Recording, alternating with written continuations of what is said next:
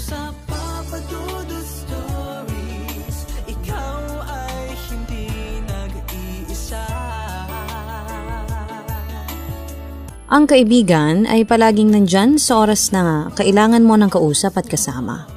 At ang taong mahal mo naman ay palaging nandyan para iparamdam kung gaano ka ka-espesyal sa buhay niya.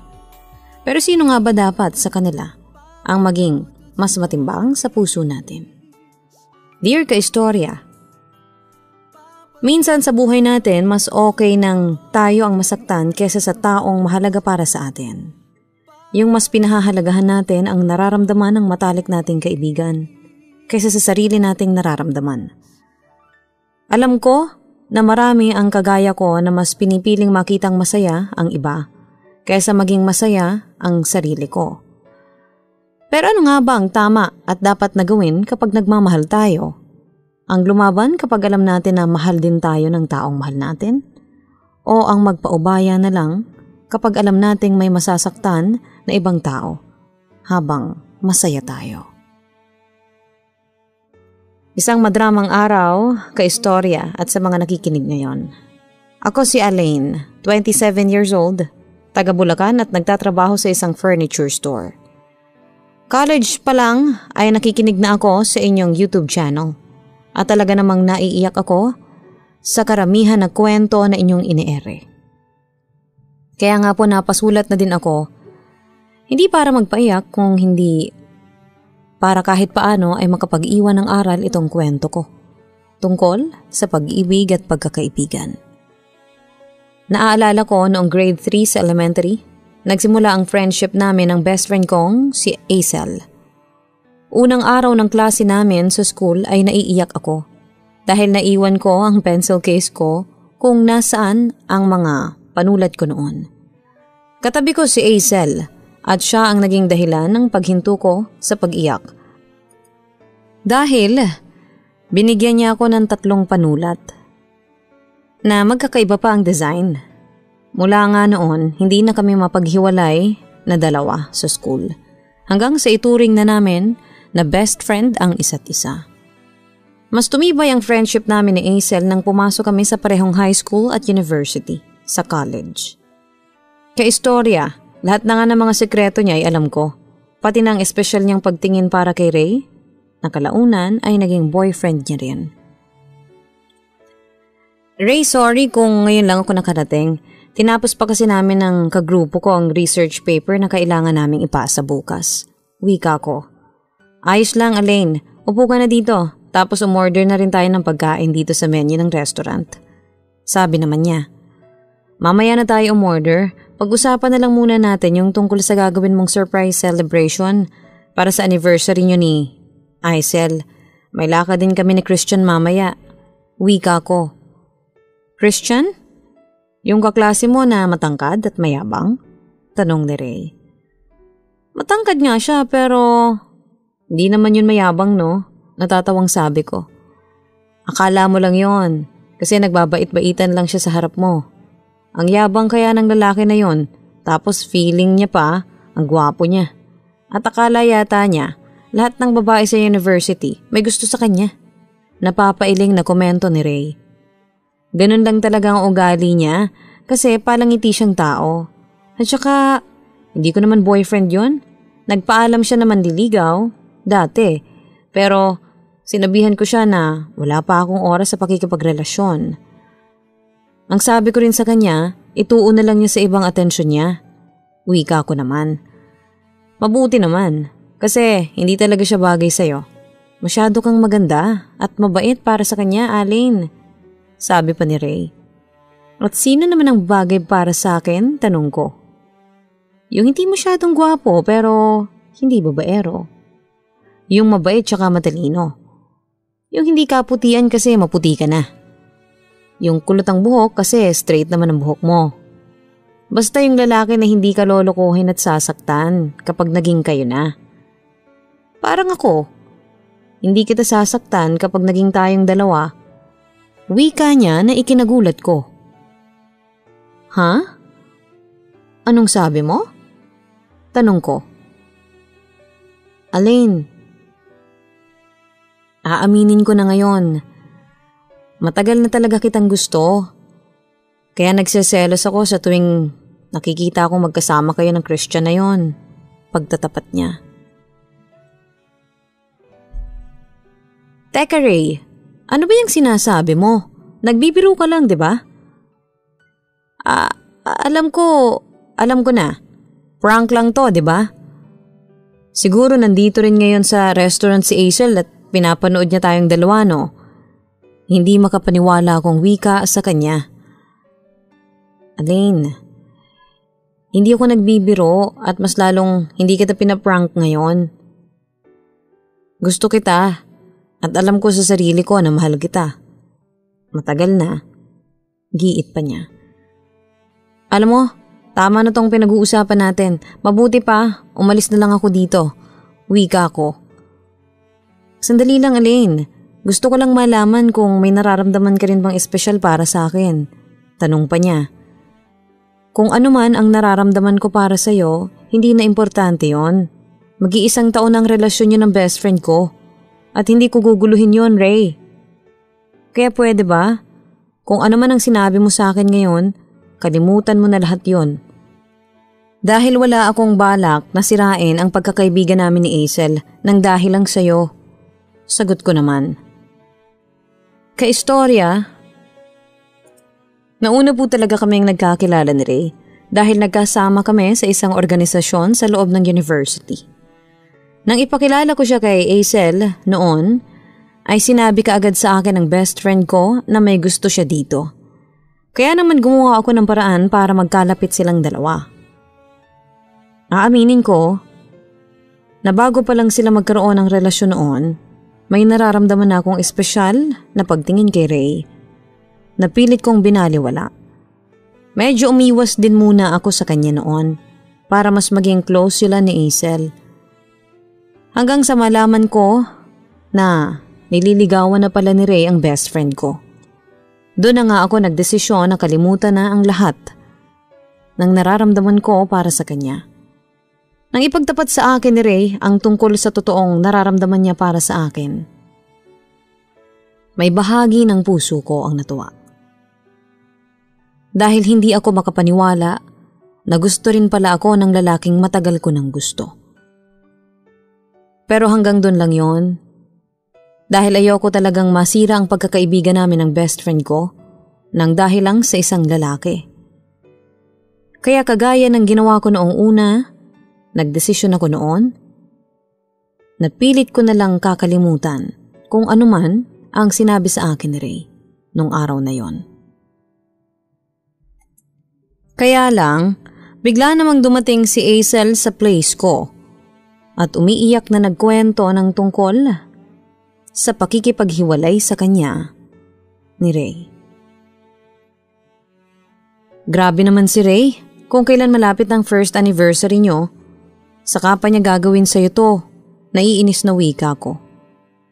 Nakiusap na nga ako sa kanya kanina na kahit mag-cool off na lang muna kaming dalawa, na hindi ko siya kukulitin kung ayaw niya munang mag-usap kami. Pero sinabi niya na ayaw niya na raw talaga sa relasyon namin at kailangan na naming maghiwalay dahil wala na raw patutunguhan pa ang aming relasyon. Elaine, ang sakit. Ang sakit-sakit ng ginawa niyo sa akin. Pag-iyak ni Hazel. Grabe talaga siya. Ni hindi man lang siya nagbigay ng maayos na dahilan sa'yo. Pero sige lang Hazel, iiyak mo lang ang sakit na nararamdaman mo ngayon para kahit paano mabawasan yan. Wika ko. Hindi ko talaga maintindihan kung bakit bigla na lang siyang nakipaghiwalay. May alam ka ba na dahilan para gawin niya to sa akin? May sinabi ba siya sa'yo na kahit anong hindi ko alam? Tanong niya. Ha?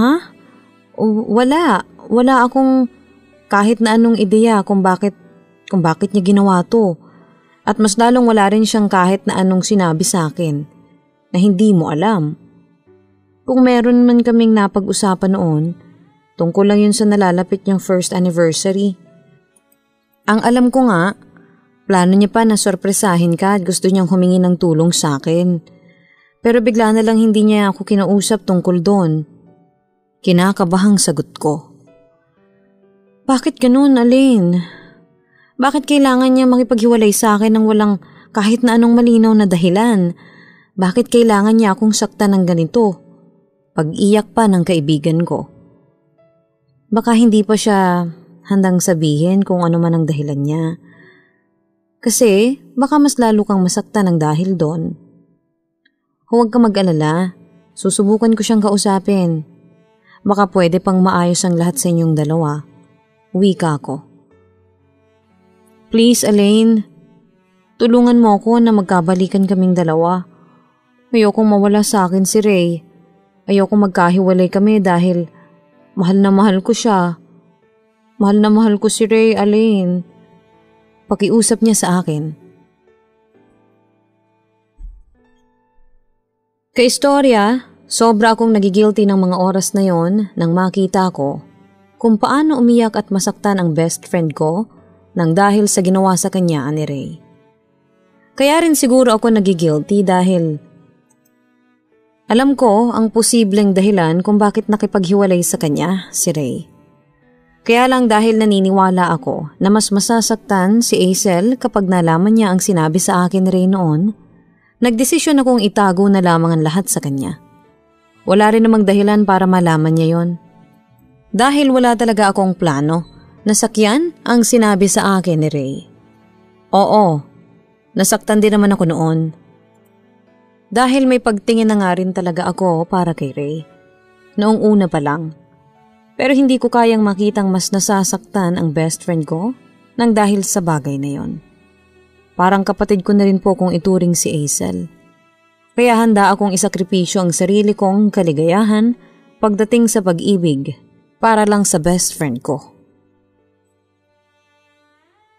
Kaistorya, may isang beses noon na sinubukan kong kausapin si Ray dahil sa ginawa niyang pakikipaghiwalay kay Hazel. At kagaya ng inaasahan ko.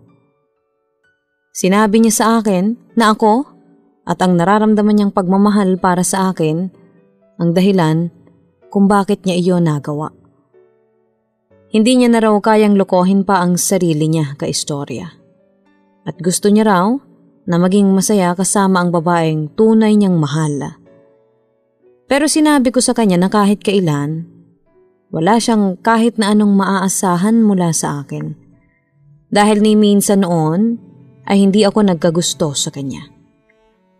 Hindi ko alam kung naniwala ba siya sa sinabi ko pero nakita ko sa mga mata niya na nasaktan siya. Nasaktan din po talaga ako ng mga oras na yon. Mula noon ay nagsimula na rin kaming mag-iwasang dalawa. Alam ko na nasaktan ko talaga siya at sumama ang loob niya sa akin. Sinabi ko na lang din tuloy kay Hazel na hindi na ako kinakausap ni Ray. Kaya hindi na rin ako makakuha ng maayos na sagot mula dito tungkol sa pakikipaghiwalay nito sa kanya. May ilang buwan ding hindi nakapag-focus sa pag-aaral si Hazel dahil gusto niya talagang makipagbalikan kay Ray. Pero tinulungan ko siya na makabangon ulit hanggang sa bumalik na ang dati niyang sigla. Mahirap sa umpisa kaistorya pero natutunan na rin niyang ipagpatuloy ang buhay na hindi kasama si Ray sa mga plano niya para sa future. Nang matapos kami sa pag-aaral at magkaroon ng kanya-kanyang trabaho, akala ko magiging tapos na rin ang kwento namin ni Ray. Pero may karugtong pa pala iyon na lalong gugulo sa buhay naming tatlo. Kaistorya, dumating si Ray noon sa furniture shop kung saan ako nagtatrabaho. Pareho pa kaming nagkagulatan nang makilala namin ang isa't isa. Nax, asensado ka na talaga. Magkakaroon ka na ng sariling restaurant. At dahil mukhang marami kang kukuning dining table dito sa store namin, bibigyan kita ng malaking discount. Wika ko nang malaman kong para sa bubuksan niyang restaurant, ang plano niyang i-order ng mga upuan at lamesa. Uy, wow, salamat. Ang gandang panimula naman ng discount na yan para sa negosyo namin ng kapatid ko. Wika niya. Wala yon, para at least kahit paano may malaking part ako na naitulong sa pagsisimula ng restaurant nyo. Sabi ko naman. Alam mo, sa totoo lang, Elaine, hanggang ngayon kinakabahan pa rin ako sa restaurant na bubuksan namin ni Kuya. Baka kasi hindi pa ako handa sa ganong kalaking responsibilidad. Kaya nga nakipagsosyo muna ako sa kapatid ko kasi parang hindi ko pa kayang magkaroon ng solong negosyo. Kwento ni Ray. Ayos lang yan.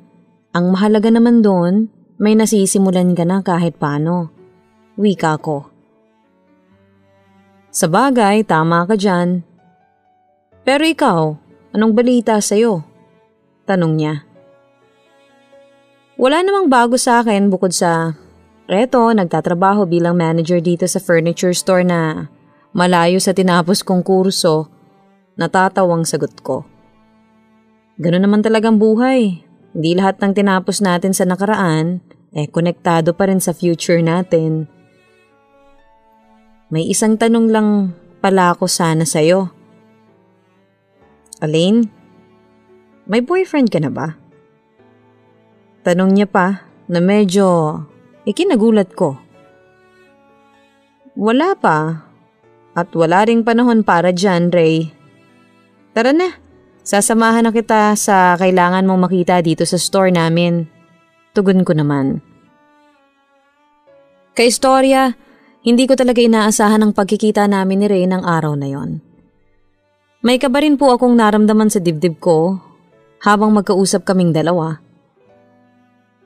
Pinagdasal ko pa noon na sana hindi niya mapansin na hindi ako makatingin ng diretso sa kanyang mga mata.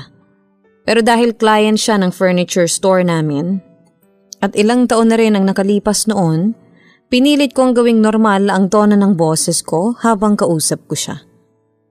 Mahirap para sa akin yon dahil malakas talaga ang kabog sa dibdib ko noon na hindi ko maintindihan. Lalo na nang inilibot ko na siya sa loob ng store namin kung nasaan ang mga dining table set na pakay niyang makita. Mas dumagdag pa sa kaba ko noon ang paraan ng pagtitig ni Ray sa mukha ko. Hindi niya inaalis ang mga tingin sa akin na parang sobra niya akong namiss. Nagsorry din siya sa bigla niyang pag-iwas sa akin noong nasa college pa kami.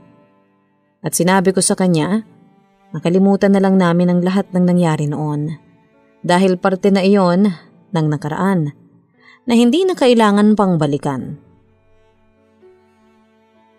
Kaya lang kaistorya, mahirap pala talagang kalimutan ang nararamdaman mo para sa isang espesyal na tao.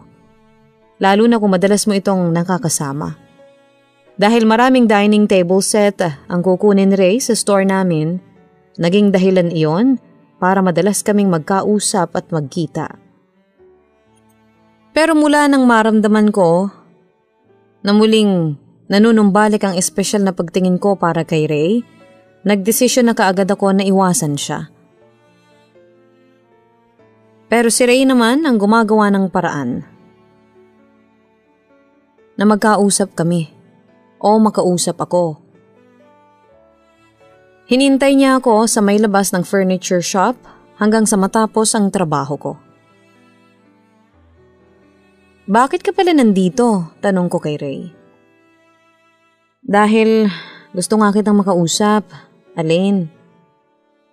Alam ko naman na iniiwasan mo ako. Kaya mga staff mo na lang ang palaging kumakausap sa akin sa tuwing pumupunta ako dito. Tugon niya. Walang dahilan para iwasan kita, Ray. Busy lang talaga ako sa trabaho ko. Hindi lang naman ikaw ang client na kailangan kong kausapin araw-araw. Sige na, kailangan ko na ring umalis. Pagsisinungaling ko. Elaine, mahal pa rin kita. Diretsong imik niya sa akin. Eto na naman ba tayo, Ray? Babalik na naman ba tayo sa nakaraan? Alam mo naman na kahit kailan, hindi pwedeng maging tayo, di ba? Wika ko. Pero wala naman kaming relasyon ni Hazel. Matagal na kaming tapos. Kaya pwede na nating subukan na maging tayo. Sabi niya sa akin. Kahit pagbali-balik ta rin natin ang mundo, ex-boyfriend ka pa rin ang best friend ko. Kaya hindi pa rin pwedeng maging tayo. Giit ko. Alam mo naman kasi na sa umpisa pa lang, ikaw na ang gusto ko, di ba? Pinagtulakan mo lang ako palapit kay Aisel kaya napilitan akong ligawan siya. Pero ikaw talagang mahal ko. At kahit kailan, hindi nagbago yun. Wika ni Ray. Wala na akong pakialam doon, Ray, kasi hindi ko kayang sakta ng best friend ko nang dahil sa'yo. Tugon ko. Kung wala ka talagang pakialam sa nararamdaman ko, sabihin mo na sa akin na hindi mo ako mahal at kahit kailan hindi mo ako minahal. Sabi niya. Doon na ako nagsimulang mahirapan, lalo na ang pagbigil sa aking mga luha. Kung ano man tong nararamdaman ko para sa'yo, hindi na mahalaga yon. Dahil kahit kailan, hindi ko hahayaan na may mamagitan sa ating dalawa. Wika ko. Kahit mahal mo rin ako? Kahit pinipigilan mo lang ang sarili mo na maging masaya? At kahit alam mo sa sarili mo na nasasaktan ka na sa ginagawa mo? Sunod-sunod na tanong niya sa akin. Oo, at mas gugustuhin ko na masaktan ako kaysa masaktan ng best friend ko nang dahil sa'yo o dahil sa ating dalawa. Ray, alam ko na matagal na kayong walang relasyon ni Aisel. Pero ex-boyfriend ka pa rin niya. Respeto naman sana sa naging relasyon niyo noon. At irespeto mo rin ang pagkakaibigan namin ngayon. Matigas na sagot ko sa kanya. Kaistorya, hindi ko na rin napigilan ang mga luha ko sa naging pag-uusap namin ni Ray ng gabing yon. Gusto ko na nga rin noon sabihin sa kanya ang totoo na mahal ko talaga siya noong una pa lang. Pinigilan ko lang ang sarili ko dahil alam ko na ang posible na mangyari kapag umamin ako sa kanya. Nasaktan din ako, lalo na nang muli ko siyang ipagtabuyan palayo sa akin. May bahagi rin sa sarili ko ang nangangarap noon na sana maging kaming dalawa na. Na sana maranasan ko rin kung paano ang maging girlfriend ni Ray. Na sana maramdaman ko rin kung paano niya ako mahalin bilang babae na pinakang importante sa buhay niya. Pero sa tuwing hihilingin ko yon sa isip ko, nakikita ko ang mukha ni Aisel na nasasaktan at umiiyak. Ang mukha niya na pinakaayokong makita sa lahat dahil pati ako ay nasasaktan din. Ilang ulit ko ring tinanong ang sarili ko kung hanggang kailan ko ba pipiliin si Aisel kaysa sa tunay kong nararamdaman. Hanggang kailan ko nga ba sasaktan ang sarili ko para lang hindi siya masaktan? Wala akong nakuhang sagot noon kay istorya. Dahil sa totoo lang, nakakapagod din palang masaktan. Lalo na kung para sa ibang tao.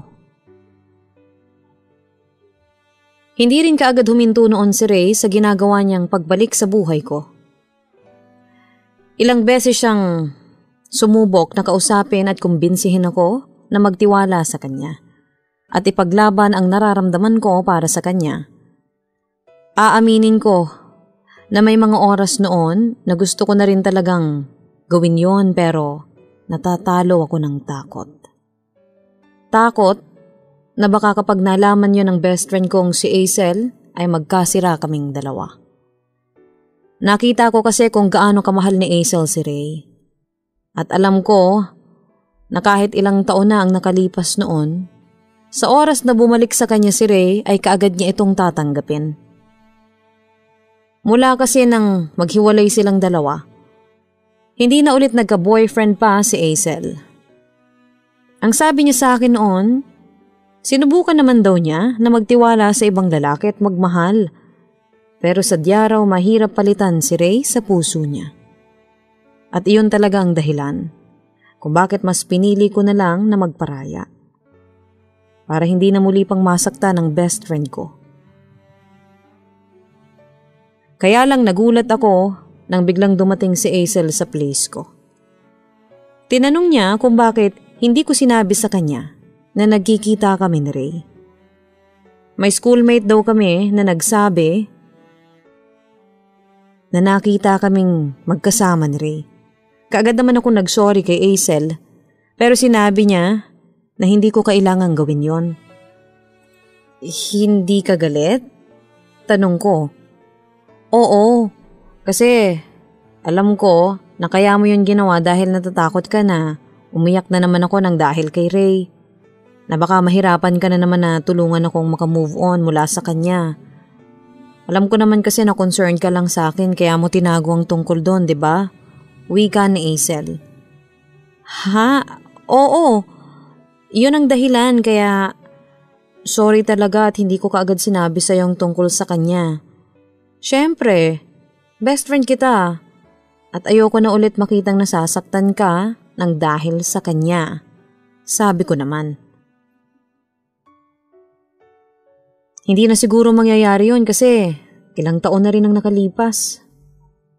Wika niya. Ibig sabihin, naka-move on ka na talaga mula kay Ray? Tanong ko. Oo naman, syempre. Ang tagal na rin noon, no? Tugon niya. Mabuti naman kung ganon. Akala ko hanggang ngayon, mahal mo pa rin yung gago na yun. Wika ko. Pero Alain, pwede mo ba akong bigyan ng isang pabor? Pwede mo ba kaming iset ng date ni Ray? Tanong ni Hazel. Ha? Saad ko? Ang sabi ko, ayos lang ba? Kung gumawa ka ng paraan para magkita kami ni Ray. Huwag kang mag-alala. Hindi ko naman siya kukulitin na makipagbalikan. Gusto ko lang talaga siyang makausap kahit saglit lang. Gusto ko lang malaman kung bakit siya nakipaghiwalay sa akin noon. Hanggang ngayon kasi naguguluhan pa rin ako kung bakit niya ako iniwan. Wala naman kasi ako matandaan na ginawa ko na ayaw niya. Wala akong matandaan na naging kasalanan ko sa kanya.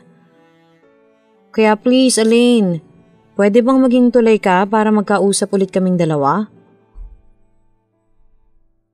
Muling tanong niya sa akin.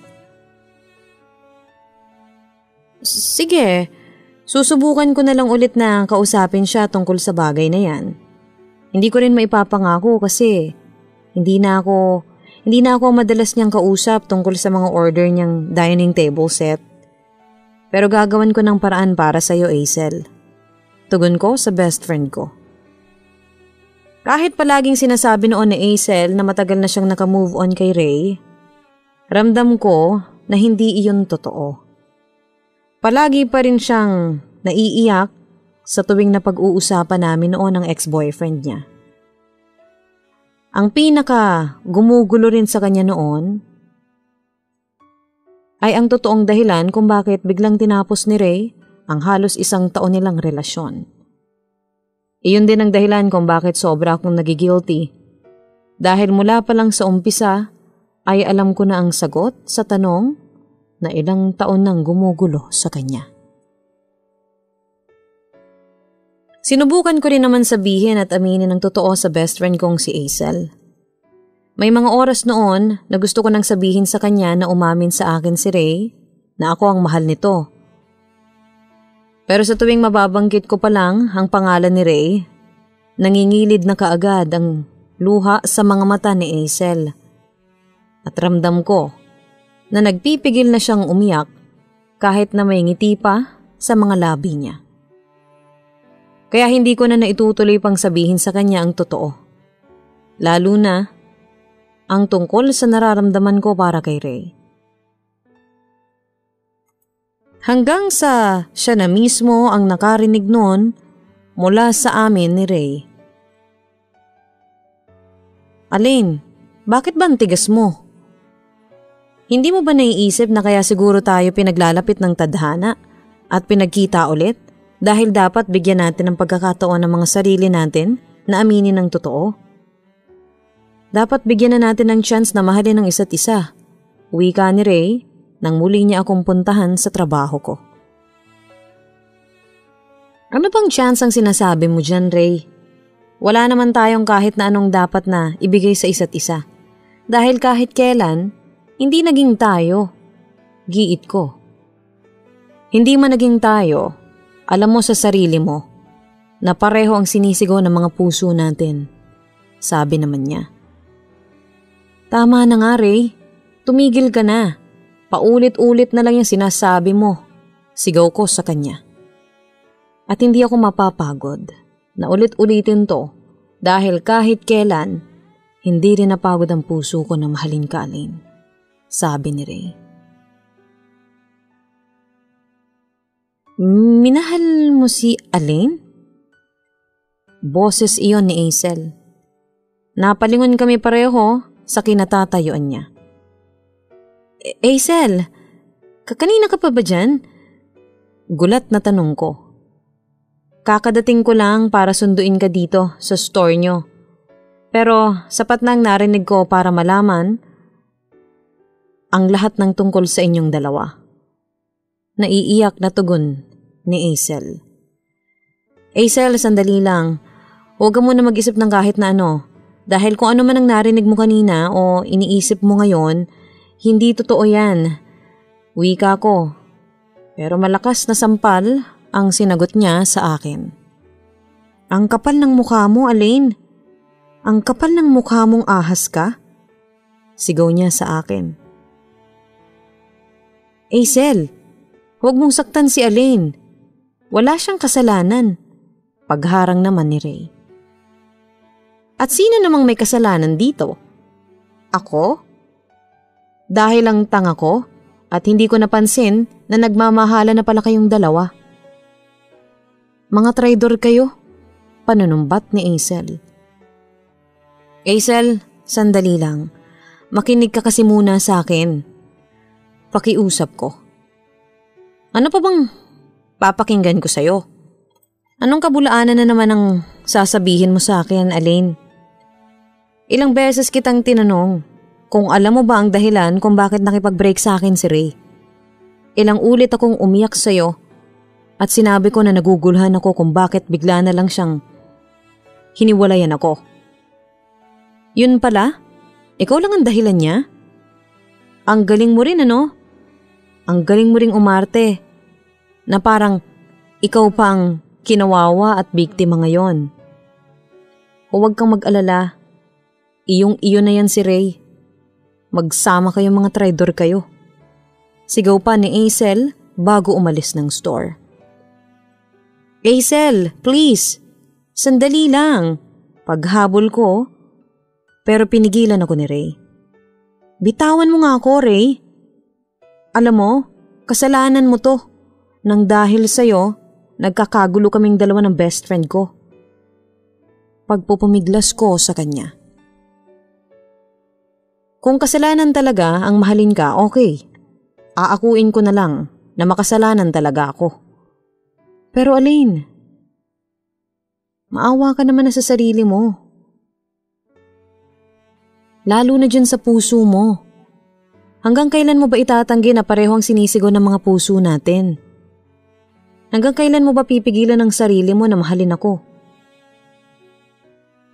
Alam ko naman, Alain, mula nung una pa lang na mahal mo rin ako. Pinigilan mo lang ang nararamdaman mo dahil ayaw mong masaktan ng best friend mo. Pero wag naman sanang palaging ganun. Bigyan mo naman sana ng pagkakataon ng sarili mo na maging masaya. Kahit minsan lang. Pakiusap ni Ray. Sige. Aaminin ko na. Tama ka. Mahal talaga kita, Ray. Mahal kita. Matagal na. At matagal na rin akong hirap na pigilan tong pagmamahal na nararamdaman ko para sa'yo. Pero hindi iyon ang magiging dahilan para hayaan ko na masira ang friendship namin ni Hazel. Dahil kahit kailan, hindi kita pipiliin o ang pagmamahal na nararamdaman ko para sa'yo. Kaya please lang, Ray, tigilan mo na ako. Tigilan mo ng panggugulo sa amin ng best friend ko. Tugon ko sa kanya. Kaistorya, Minsan iniisip ko noon na paano kaya kung hindi nagkagusto si Hazel kay Ray? Paano kung hindi siya nagpalakad sa akin para magkalapit sila ni Ray? Paano kung nabigyan kami ng totoong pagkakataon ni Ray na maging masaya? Magiging ganun pa rin ba kagulo ang buhay naming tatlo? O mararanasan naming maging masaya ni Ray kahit minsan lang sa buhay namin? Muli akong niyakap ni Ray ng gabing yon. Isang mahigpit na yakap na para bang hindi na niya ako pakakawalan sa kanyang mga bisig. Binulong niya sa kanang taing ako nang paulit-ulit na mahal niya ako at kahit kailan hindi raw yun magbabago. At sa maikling oras na yon, naramdaman ko ang munting kasiyahan, isang kasiyahan sa puso ko na alam kong panandalian lang. Dahil kailangan ko na kaagad na putulin ang masayang oras na yon. Kumawala na ako sa mga yakap ni Ray. At sa kauna-unahang pagkakataon noon, hinawakan ko ang mga kamay niya. Kasunod ang pagbitaw ng mga salitang, "Kalimutan mo na ako, Ray."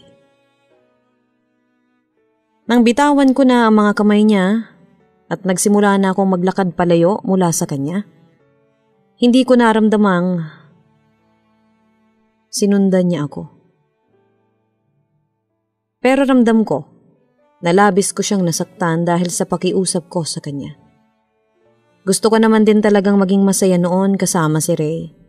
Pero hindi ko alam kung kakayanin kong tagalan ang kasiyahan na yon habang may ibang taong nasasaktan ng dahil sa aming dalawa. Kinabukasan ay pinuntahan ko si Hazel at sinubukan ko siyang kausapin. Pero kagaya ng inaasahan ko kay istorya, hindi niya ako hinarap at pinasabi niya sa kapatid niya na kasama niya sa bahay noon na ayaw na niya akong makita. Nang umuwi ako sa place ko, si Ray naman ang naabutan ko doon. Na nakuha raw ang address ko sa isang kaibigan ko. Kagaya ng dati, pinagtabuyan ko lang siya paalis sa place at sa buhay ko. Paulit-ulit kong sinabi sa kanya na kahit kailan, hindi ko bibigyan ng chance ang kwento naming dalawa. At wala siyang aasahan sa akin, kaya mabuti pang tigilan na niya ang paglapit o pakikipag-usap sa akin. Doble ang sakit na nararamdaman ko noon. Pero hindi ko alam na mas magiging triple pa ang sakit na iyon. 2 araw ang nakalipas mula nang puntahan ako ni Ray sa place ko. Isang malapit na kaibigan ang tumawag sa akin noon at sinabing, wala na si Ray. Nakita raw siya ng kapatid niya na wala ng buhay sa mismong kama nito. Akala pa raw ng kuya ni Ray ay natutulog lang siya. Yun pala, wala na siyang buhay. Habang nakayakap sa katabi niyang unan. Acute pancreatitis ang sinabing dahilan ng pagkamatay niya. Namatay siya nang walang iniindang kahit na anong sakit sa katawan habang natutulog. Pero sigurado ako na namayapa siyang malungkot dahil sa naging huling pag-uusap naming dalawa. Halos madurog ang puso ko sa sakit na nararamdaman ko noon. Hindi ako makapaniwala na wala na si Ray sa mundong ito. At kahit kailan ay hindi ko na siya makakasama pa. Muli tuloy akong napatanong sa sarili ko noon. Paano kung kahit isang beses lang ay sinubukan kong ipaglaban ang nararamdaman kong pagmamahal para sa kanya? Magiging masaya kaya kami? At ano kaya ang magiging katapusan ng kwento naming dalawa? Mga tanong yon na kahit kailan, alam kong wala ng sino man ang makakasagot pa. May 2 taon na rin ang nakalipas mula nang mangyari ang lahat ng ito kaistorya. Nagkaayos na rin kami ni Hazel pero hindi na muli pang naibalik ang dati naming closeness. Pero naniniwala ako na darating ang panahon, mapapatawad niya rin ako sa naging kasalanan ko sa kanya. At muli kaming magiging mag-best friend na 2. Dito ko na rin po tinatapos ang sulat ko na kahit naging malungkot ang katapusan, sana nakapag-iwan pa rin ako ng aral sa mga nakikinig ngayon. More power and God bless sa inyong channel. Lubos na gumagalang. Alain.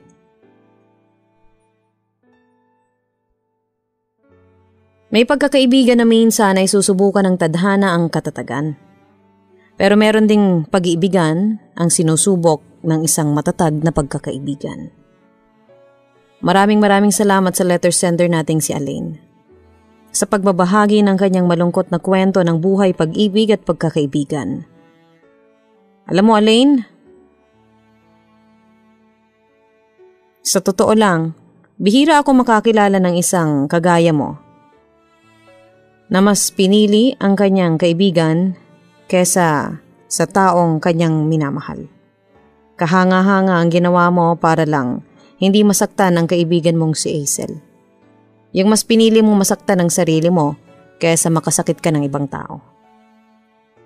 Wala namang problema sa mga naging desisyon mo dahil sa huli, ikaw pa rin ang masusunod sa gusto mo mangyari sa buhay mo. Pero kagaya nga ng sinabi mo sa huling bahagi ng sulat mo, kailanman ay hindi na masasagot pa ang tanong na naiwan dahil sa pagkawala ng mahal mong si Ray. Malungkot man ang naging kwento niyong 3, nananalangin pa rin ako na sana dumating ang araw na muling manumbalik ang matatag na pagkakaibigan niyo ng best friend mong si Hazel. Mga kaistorya, hindi masama ang pahalagahan natin ng damdamin ng ibang tao. Pero sana kapag nasa tamang panahon tayo, kasama ang mahal natin, kahit minsan lang sa buhay natin ay subukan nating ipaglaban. Kung ano man ang totoong sinisigaw ng ating puso. Para wala tayong pagsisihan sa bandang huli. Ang buhay ay mahiwaga, laging may lungkot at saya. Sa Papa Dudut Stories, laging may karamay ka.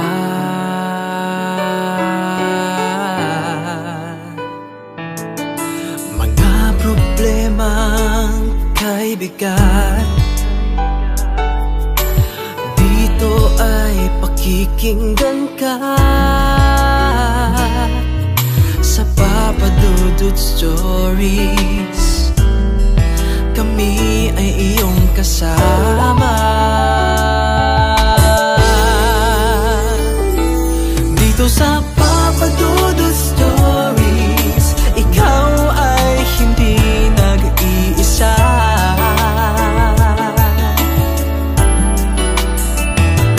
Dito sa Papa Dudut Stories, may nagmamahal sa'yo. Papa Dudut Stories, Papa Dudut Stories.